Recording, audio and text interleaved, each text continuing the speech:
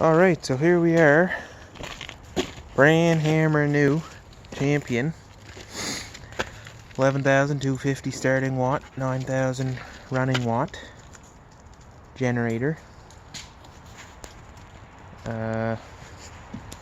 Just put the wheels on it and put the stand on the front of it, filled it with oil and threw a little bit of gas in there. Now I'm going to try starting it for the first time. So here's the gas line. Turn that on. And the choke.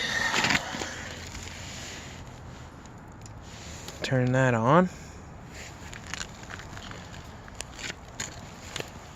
And we'll see if it came with a charged battery.